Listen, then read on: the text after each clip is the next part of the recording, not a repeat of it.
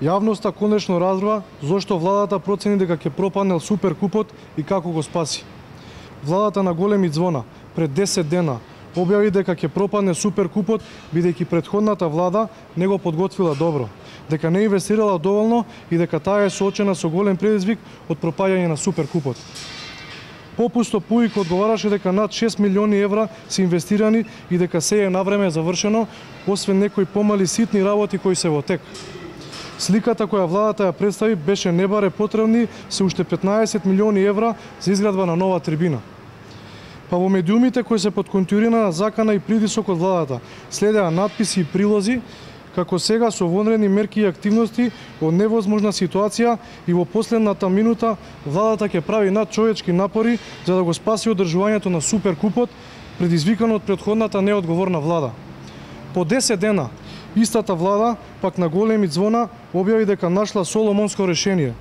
Прво објави дека крупниот недостаток биле некои клими во износ од 115.000 евра, а вториот дека ПУИК од својот буџет да си ги обезбедел бидејќи ги имал во буџетот. И нормално, нова тура фалење на влада и афирмативни прилози од истите медиуми дека владата нашла спас и во минут до 12 го спасува Суперкупот.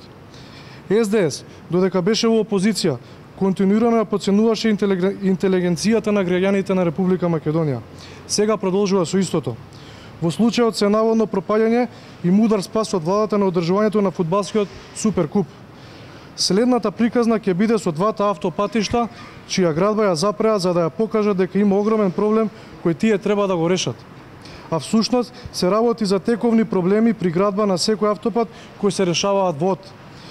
И нормално по некое време из ова ќе излезат и ќе објават дека нашле решение, а преплашените медиуми ќе ги отворат вестице тој ден со радосна вест. Решението кое го понудила владата на СДС и не е решение. Тие донеле одлука, па го преиначиле во заклучок да се задолжи ПУИК да обезбеди средства од самата компанија. Доколку тоа беше возможно да се направи, немаше да представува проблем. Што значи дека ова е случај за правење на популизам и политика, а не е реален случај каде постои проблем. Ви благодарам.